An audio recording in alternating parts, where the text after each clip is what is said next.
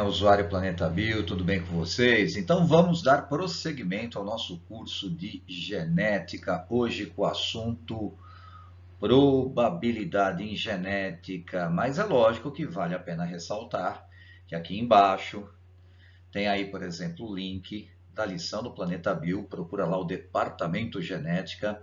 E esse assunto probabilidade de genética para nós é conceitual. Então, esse assunto ele está também resumido lá no link conceitos de genética. Certo ou não? Então tá bom. Então vamos lá, né? Primeiro, probabilidade. Não vai pensar que vai ser aula de matemática, não. A probabilidade é uma ferramenta matemática, mas nós não vamos aprofundar o conceito de probabilidade aqui. Nas aulas de matemática, lá com seus professores de matemática, é muito mais provável que vocês tenham esse assunto desenvolvido com muito mais propriedade. Então a gente só vai pegar aqui a parte que interessa. Afinal de contas, a genética também ela é um fenômeno probabilístico. Então, tá bom, mas antes de mais nada, o que é probabilidade?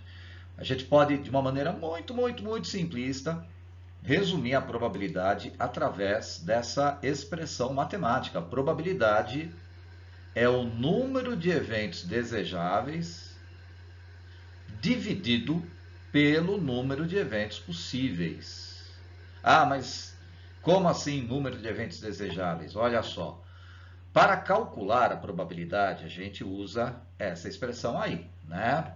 Então, para calcular a probabilidade da ocorrência de um evento, o que você tem que fazer? Né? Você tem que dividir o número de eventos desejáveis pelo número de eventos possíveis de ocorrer, né? Então, tá bom. Então, vamos dar um exemplo bem simples e que, a princípio, não tem muito a ver com biologia. Mas é o seguinte, qual é a probabilidade de cair o número 1, a face 1, no lançamento de um único dado com 6 faces? Aqueles dadinhos normais, né? Tipo esse dado aqui, ó. Se eu jogar esse dado, qual é a probabilidade de cair o número 1? Bom, então o que eu estou querendo? Que caia o número 1. Certo? Tá. Mas acontece que no dado não tem só o número 1. No dado tem 6 faces. E só uma delas é o número 1. Tá bom. Aí eu joguei o dado, olha que sorte. Caiu o número 1. Meu Deus, acertei e tal. Mas qual é a probabilidade de cair esse número 1? Vai ser exatamente isso, de 1/6. O número de eventos que eu estava querendo era o 1. Só tem uma face com o número 1.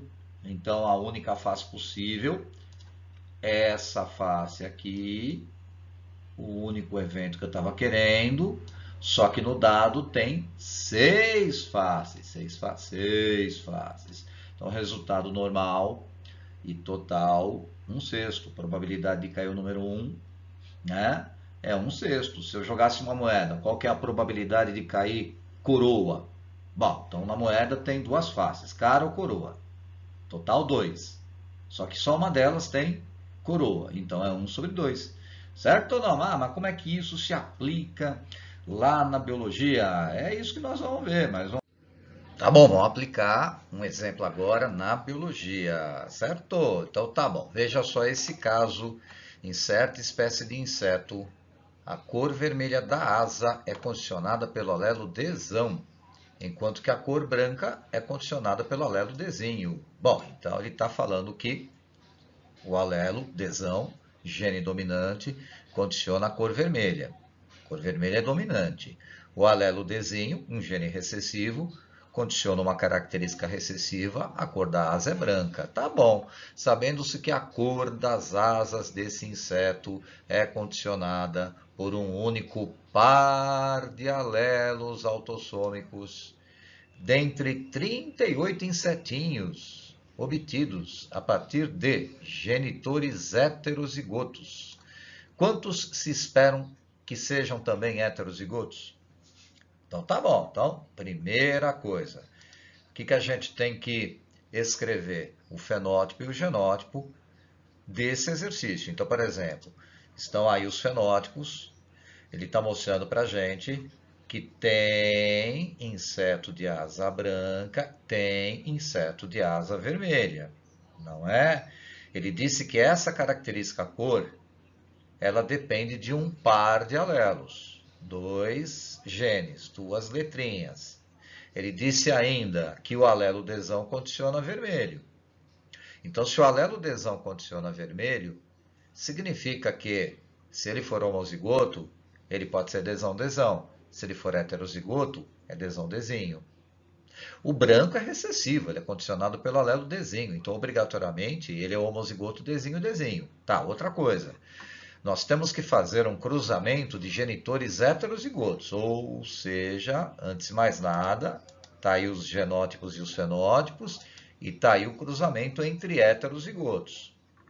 Os heterozigotos, obviamente, eles têm a asa vermelha. Então, tem aqui um papai desão-desinho, uma mamãe desão-desinho. Correto?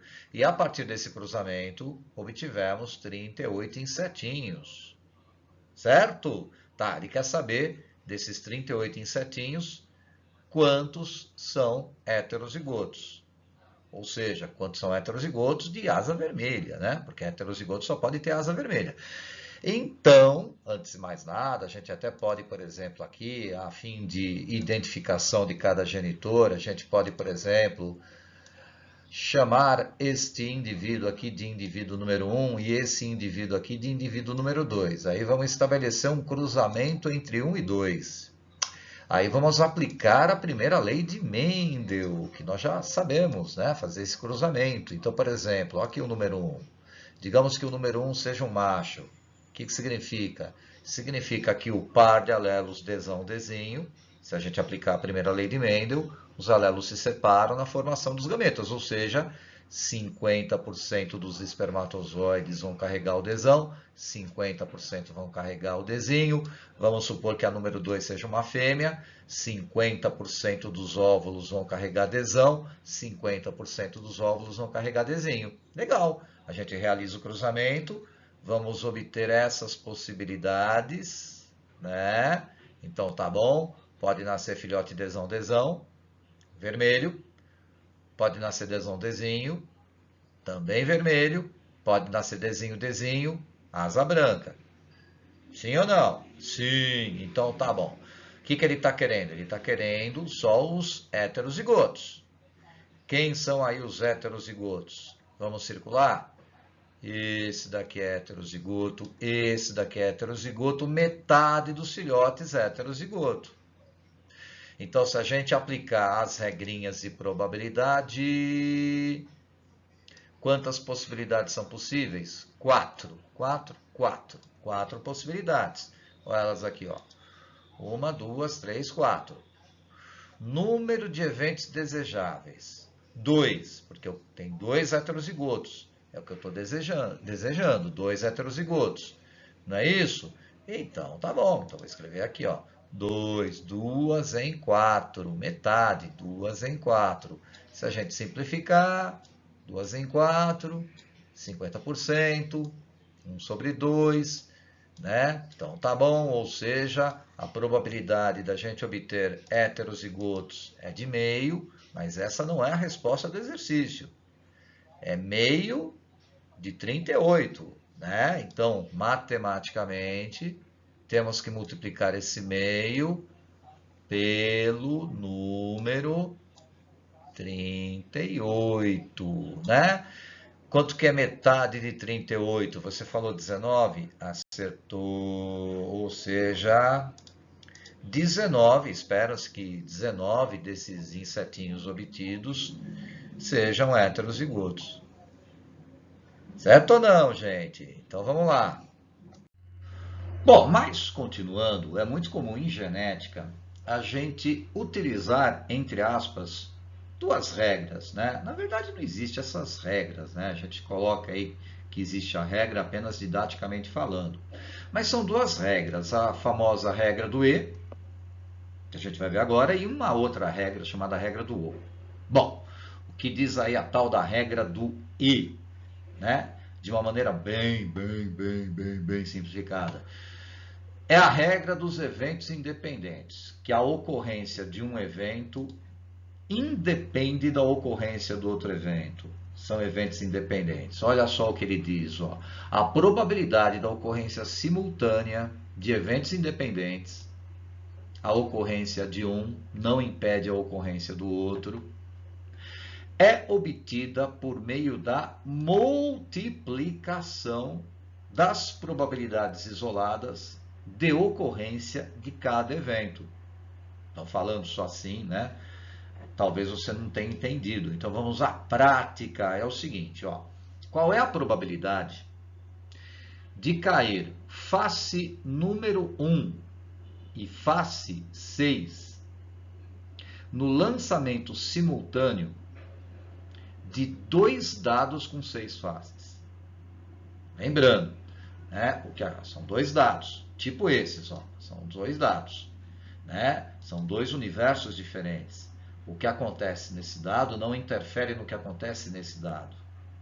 Então, a probabilidade de cair o número 1 em um dado e a probabilidade de cair a face 6 no outro dado são eventos independentes. Né? Então, tá bom. Bom, então, olha só que sorte eu tive. Eu fui fazer o lançamento desses dados e realmente, olha lá, caiu a face 6 em um, caiu a face 1 no outro. Pô, eu sou muito sortudo. E qual é a probabilidade de obter esse resultado? Bom, então, antes de mais nada, né? Vamos dividir. Como assim dividir? Dividir as tarefas. Probabilidade de ter caído, por exemplo, número 1 em um dado, um sexto. Quando eu falo dividir, eu separei. Qual é a probabilidade de cair o número 6 no outro dado? Um sexto. Esses 2 eventos são independentes? São. Eles podem ocorrer simultaneamente? Sim. Então, o que diz a regra? A regra do ex, você multiplica essas probabilidades. 1/6 vezes 1/6, 1 sobre 36. Como eu sou sortudo, né, gente? Então, tá bom, né? Mas vamos aplicar isso na biologia. Olha só. Considere que o gene azão determina a pigmentação normal e que o gene azinho o albinismo. Qual a probabilidade de um casal heterozigoto gerar uma criança de sexo feminino e albina?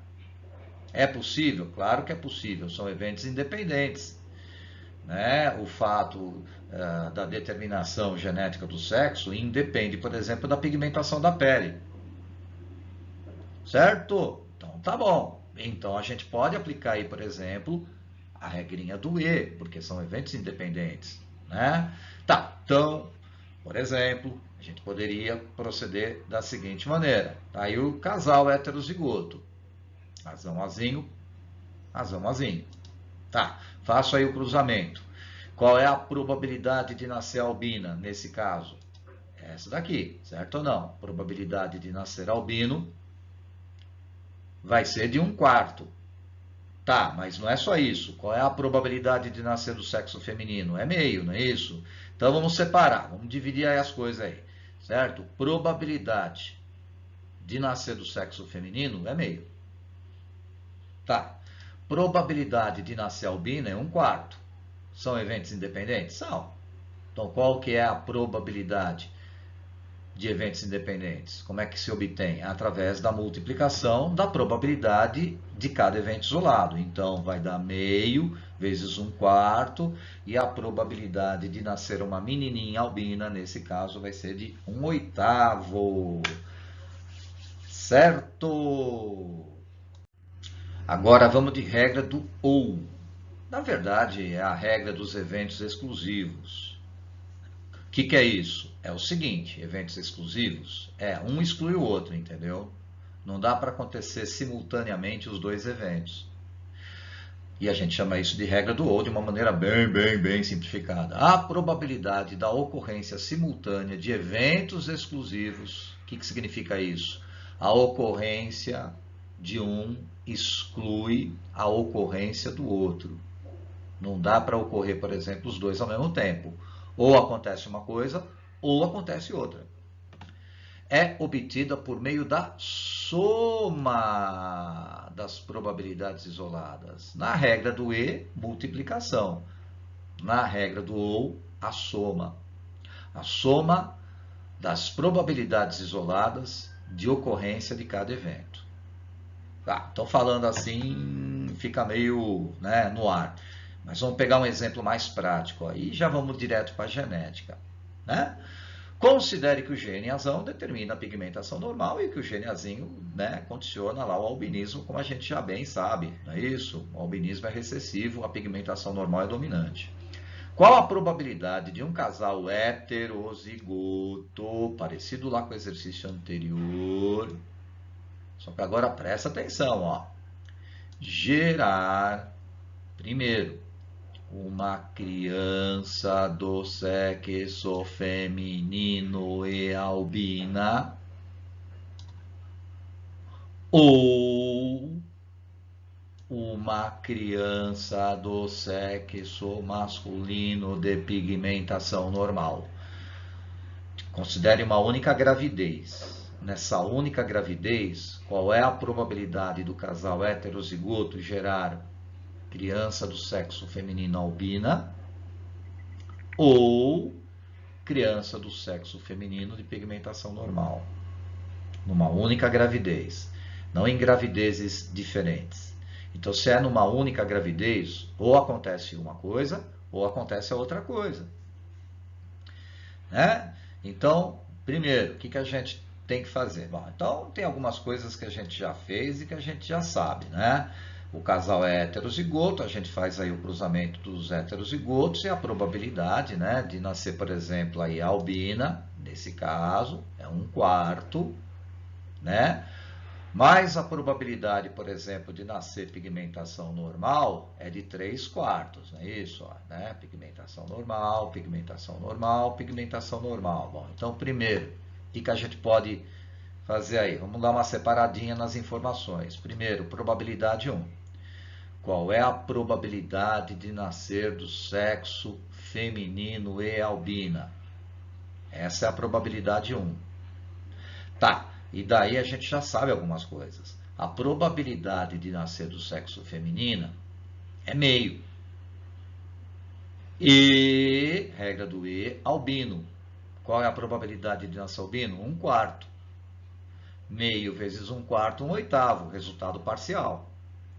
Tá, mas aí tem a outra probabilidade. Qual probabilidade? A probabilidade de nascer do sexo masculino e normal, e de pigmentação normal. Então, aqui um outro evento. Probabilidade de nascer do sexo masculino.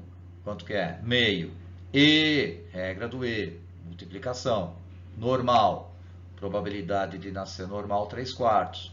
Meio vezes 3/4, 3/8. Dois resultados parciais. Ou acontece isso, ou isso. Regra do ou, soma. Então, soma a probabilidade 1 com a probabilidade 2 e a gente vai obter 1/8 mais 3/8, 4/8, 4/8, se simplificar, dá meio 50%, 50% nesse caso. Certo? Então, tá bom. E para finalizar, a gente vai ver um caso especialíssimo de probabilidade chamado a probabilidade condicional. Olha só. Na probabilidade condicional, em certos casos, o cálculo de uma probabilidade de um evento depende previamente daquilo que a gente chama de condição. Tá, e daí? Nesse caso, deve-se primeiramente calcular a probabilidade da ocorrência dessa condição. Senão, não vai dar certo. Você tem que estabelecer uma condição para chegar no evento desejável. É a chamada probabilidade condicional. Tá bom. Aí eu obtive lá, calculei a probabilidade daquela condição que eu estabeleci. O que eu vou fazer com essa probabilidade condicional? Pois é, essa probabilidade condicional, ela será utilizada posteriormente no cálculo da probabilidade do evento desejável. Então, falando assim, fica meio vago, né? Vamos pegar o exemplo deste exercício desse heredograma, porque aí é um caso de probabilidade condicional bem tradicional em genética, né? Veja só, Ele está dizendo que aqueles indivíduos pintadinhos, eles são portadores de polidactilia, uma anomalia genética em que o indivíduo nasce com 6 dedos ou mais, né, nas mãos e nos pés. E os indivíduos ali em branco, é o chamado fenótipo normal com 5 dedos. Legal, né?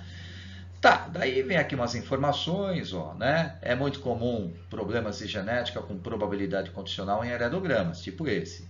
Exemplo, qual é a probabilidade do número 9 nascer com 5 dedos e do sexo masculino? Bom, antes de mais nada, primeiro você tem que descobrir o genótipo de toda a galera.